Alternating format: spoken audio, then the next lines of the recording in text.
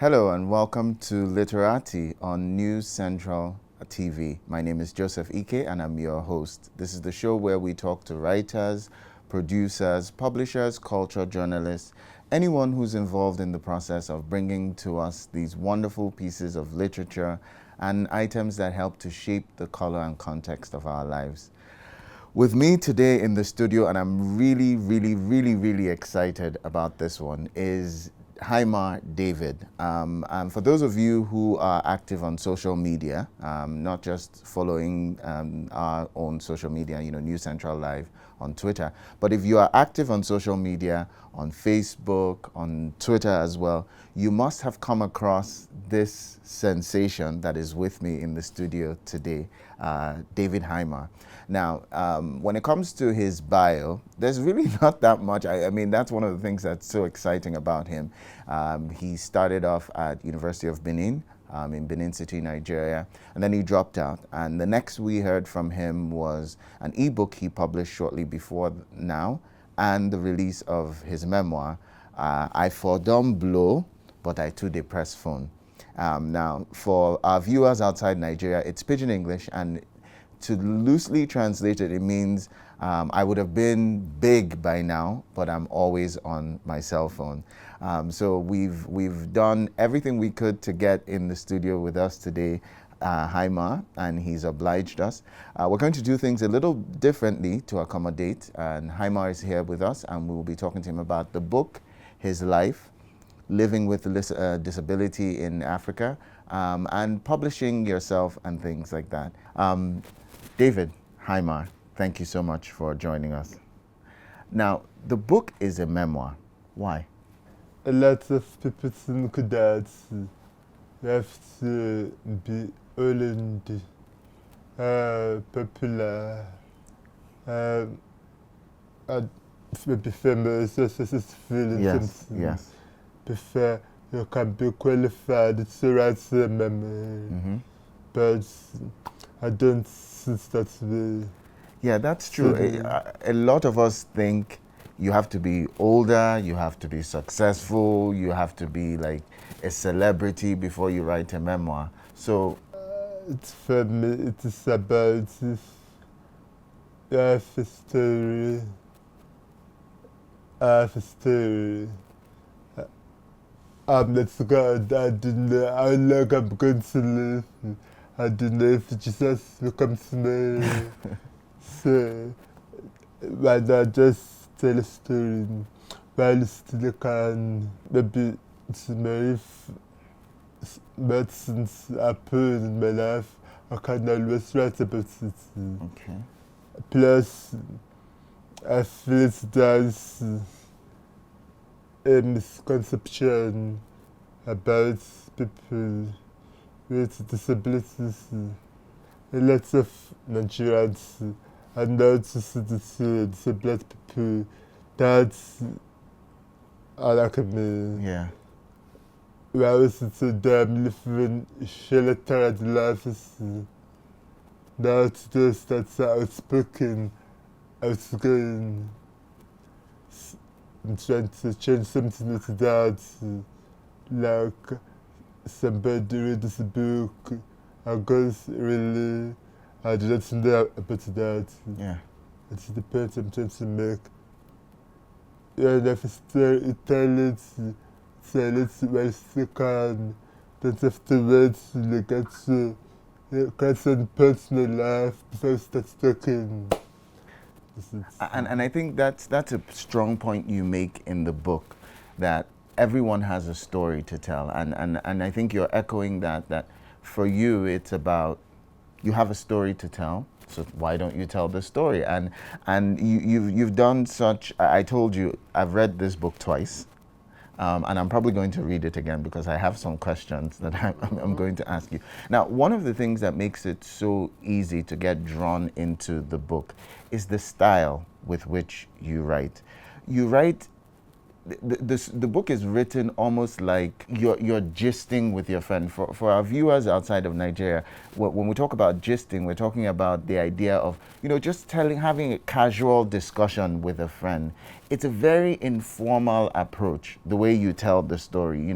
We're introduced to your family members, we're introduced to your friends in school. At a point, after reading this book, I feel like I know you, like we're old friends from a while. So why do you use that style, of this gisting style in writing? I experiment a lot with the English language. For example, I write I will write a Facebook post Okay. informal loose. Mm-hmm. I think that a lot of Nigerian and maybe African writers, they limit themselves to English grammar Yeah. and lay down rules. Yes. That's not enough going inside the channel. Mm-hmm. That's not enough the popular audience abroad. That's not enough writing for the local people. So when I was writing it, I asked myself, why writing this for? Do you know that simple? There will be plenty to the talk. Then I'm like, so what's people listening to fella? Mm-hmm. Then just music.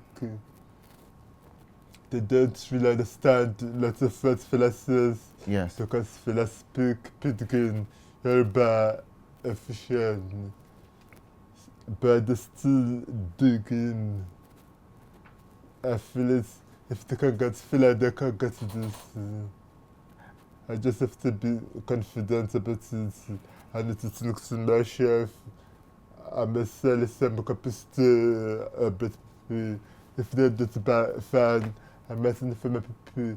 I'm important slam for myself. Yes. Yes. I must now make me feel free. I have a flow with that kind of writing. Like, at some points, I met in English, and then boom, I speak in the same sentence. I professors in the university film for that. Yes. But it worked for me. And it works for us reading the book. I mean, and I think that's what makes it so easy. I mentioned this is the second time I've read this book, and part of what we were discussing earlier is how easy it is to read. And so it's clear that the style you've chosen works very well for very contemporary, modern day, like you said, you're looking at the Nigerian audience. You are our literary fella, so to speak, putting your words in a way that we would understand, and it really comes across as that. Now, there's a lot in the book, so let's get into the book. Okay. The first thing is your family. So tell me more about your family. Why do you call your mom Iyamata? My family, we are men. Yes. So, I'm the first, meaning I'm the middle. Okay. My brothers, my sisters, all of us, we have friends in the common. We are like aliens. We try to look out for each other when we're outside, but inside, it's where everybody is trying to cancel out the next person. Yeah. I think that is one problem when we have a big family. Our children are in the competition to be in the good books. Even if it's been showing that siblings under the bus. Yeah. Okay, madam, it's the typical Nigerian father.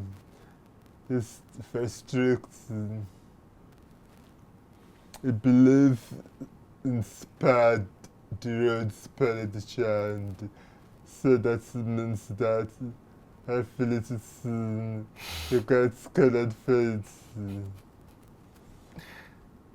When I was growing up, I felt that everybody was afraid of him. So maybe that is what he wanted, because some people believe that he felt friendly with children, doing stuff. Yeah. So you have to be hard on them, but I didn't. No matter how much my father beats us, the children's not but us, I still, my brother still felt we did what we wanted. We just did not do it in his presence. Yes. Beating children does not change them. It just makes them figure out better ways to do what they want without knowing the respecting the friends. Then they go behind the back to do what they want anyway. My mom is like the traditional African man. They're submissive. They're stubborn women. But at the same time, you can't really say, you can't predict what my mom will do, I say. Because at the same time, she wants me to life. Yeah. Plus, there's a limit to live love submission. Yes. If she pushes to do well, she pushes back. My mom said that if there's a family problem, they will call the leaders and then they tell her, you are supposed to be subservient to your husband, you are supposed to kneel down, blah blah. Mom, it's not like that. She will say, listen, this is not working for me. Sam is going to sit and take it. Mom, she will work. This is my mom. Me and my brothers. Yeah. Our dust. Ifeanyi. He lives in the sun world. That's Ifeanyi, right? Ifeanyi. I did not grow up because I came a little late. He was already a man child. Okay. But growing up, I was scared of him too. Just like I was afraid of my father. Yeah. My brother, 1 minute squads to nurse to feel kind of splitting and the cat been dying. So if I share with other kids and I come to a person, because I said this is my big brother, he'll beat them for me. He'll beat them up. He'll say, he'll beat them back. Like, why would you go and get beat up? All right. We'll take a short break. And when we come back from the break, we'll continue because we want to hear about your other brothers, your sisters, and talk about the other prominent theme in the book, which is growing up or flirting with poverty. That's how you put it in the book, and the educational system when we come back from the break. Africa is rising. Again, we hear our sounds echo on the other side. Afrobeat and Afropop reinvented, hip life brought back to life, new energy infused into Kwaito and Kwela. Africa is balling. Every stroke, every shot, every raise, we find our place at the top. Taking the helm of real power, new hopes for democracies. A breed of entrepreneurial tigers, audacious storytellers, and a promising generation raring to go. Truly, Africa is rising. And this is where the stories that define our continent live.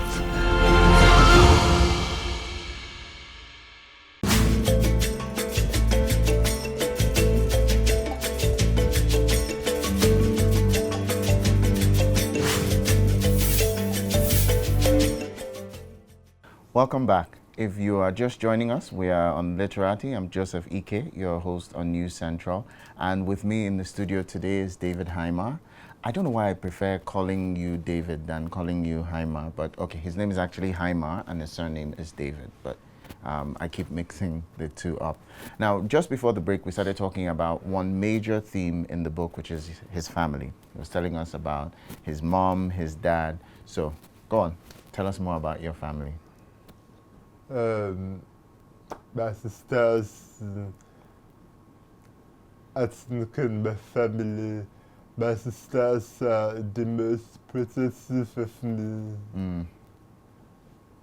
My little sister, when we were growing up, she was like very strong, the best wife of the family. I was supposed to be under wings and the last married. Yeah, She was extra protective. I can imagine. In school, at him, the little burn. Yeah.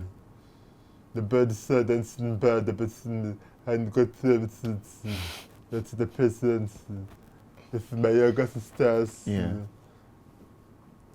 Okay. That kind of protection is not really violence, Yeah.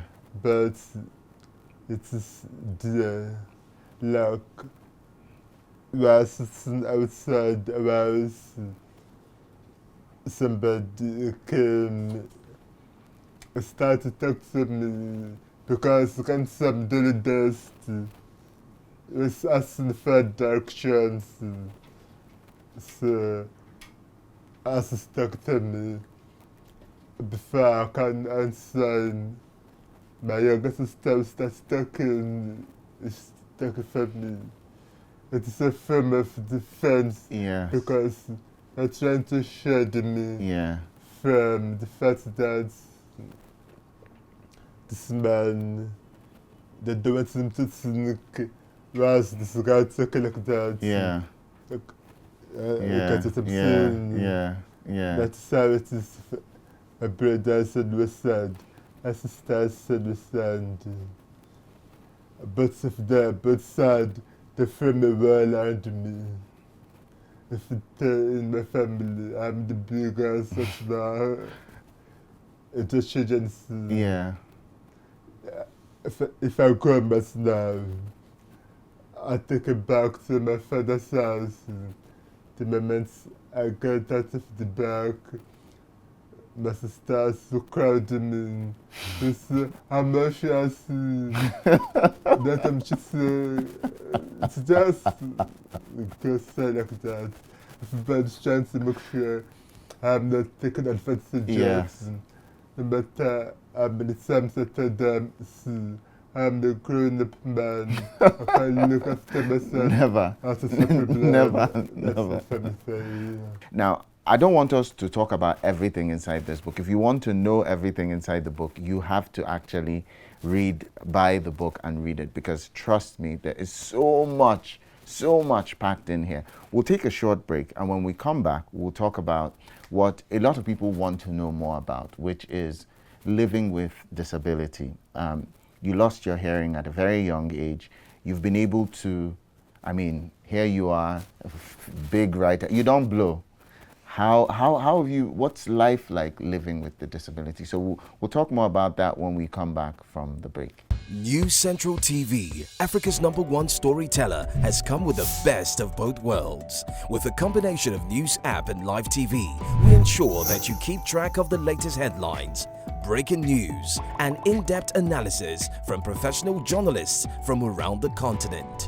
Download the News Central TV app on Android and iOS and get started today. Don't forget to follow us on News Central's social media platforms. News Central, Africa First.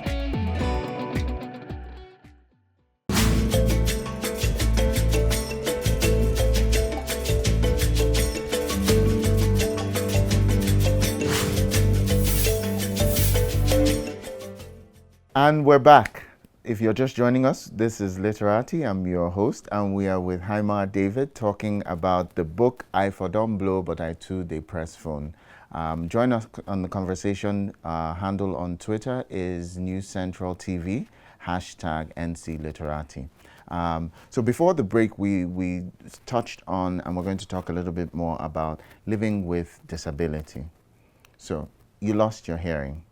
Tell us about that. How did that happen? As in carrots, about it in the book. Yeah, you wrote a little bit about it. So I have to refer to the book to... okay, that's fair. So we'll read more, but then if I can't still find the answer because it's not clear, you have to come back and tell us how exactly it happened. Oh, okay, fine. But what's life like living with a disability in this country and growing up with disability? You had to teach yourself a lot of. How did you learn Yoruba? Okay, when it's begun at the start, I was like disoriented and like physically, mentally, emotionally, physically because I was clumsy. I cannot work a straight line. I keep things together. I don't know, but I think that's something to do with rather than balance. Yes, yes. So I was always failing and looking stuff. So I started to play football and then I learned balance motion. Now, to live with a disability, I think I adjust, but you can never fully adjust. You can only do the best you can under the circumstances. For example, when I'm going when I was coming there at the bus stop, I stopped at the back because it's buses. I do my best to avoid bus. I didn't want to have conversations with Madame and person at the time. I didn't want to say, hey, conductor, and then wanted to refer the look back to see why is he talking like that? Yeah. It's making me freeze. Yeah. But it's back, it is one. Yeah. I can't undo it. But then there is something you say in the book, and I want us to talk about that. And it's how you say something about love. Yes. So you say something in the book. I'll show you, and I want you to tell me about this. You say, that's how it works. Face your fear long enough, and it stops being a fear. But let's come down here. It's where you talk about love. Okay. You say. Now, this whole paragraph about your belief about love, you say, if I say I love you, it isn't necessarily because I am feeling some stupid butterflies in my stomach or body or sweating. No, love for me is hardly about feelings, it's about choices. I choose to love you whether I feel like it or not. Tell me about that. Yep. A lot of the time, people, they make the mistake of making decisions on love passes than what's the feeling. That's just feelings are not constant. Feelings are not consistent. Somebody can be very happy today, somebody's depressed. So I will buy something that's mature, as important as love and feelings. That's to be more substance than that. It's a choice for me. Like, you are a being, you can't always be perfect to do the right things. So I'm going to look at them like, this person understood relatively I can't do them. Yeah. Yeah. You can, that's freelancing for them. Yeah. It's possible. Yeah. Fat, just burn forever. Yeah. After that, it goes down. Unless you keep feeding it. And to feed fat takes energy. To feed fat, you have to go to the bush, cut it down trees. Managers can cut it down to keep the fat burning for years. Yes. That is why I said it is a choice. It's a choice. Choice means you are taking responsibility. You are deciding that whether you feel like it's or not. You are sticking with this person. Yeah. Whether the person does the right things or not. You stick with them. Whether your circumstance gets better or not, you stick with them. Whether the person below or not, you stick with them. That is what it is. Yeah. Just that some reasons why I feel like if people breaking up and different feelings this person, wow, it's a feeling, it's a feeling. Yeah. It is. You have to be more rational about your life for it to work. Not just me, it is always going to work. Because sometimes there's only so much you can do. You can take responsibility for yourself and choose and feel, but you can't do the same for the person. Yeah, that's true. You can choose them, but that means that we choose always choosing. But this is about doing the part in the end. Yeah. That's how I live. And I think that's such an inspired way to live. Now the book is called I For Don't Blow, but I Too Dey Press Phone. If we had maybe up to 30 years or something, we would be able to get through all the pages of the book and the story. My recommendation is go out and get yourself a copy because there's so much in the book. When we asked Hymar earlier, why did you write the book? He said because he had a lot to say. And when you go through this book, you'll find not only is it humorous, is it real, is it like everything you would imagine that a book like this would be. But there's so much in the book that is inspirational. Hymar, thank you so much for being with us today. And we hope that we'll have you back because we saw clips of the next book coming up. So I'm sure we'll have Hymar back talking about the next book soon. Thank you so much for joining us today on this edition of Literati. Remember to follow us on Twitter. Our handle is News Central TV, and you can use the hashtag NC Literati to join the conversation. Until next time, stay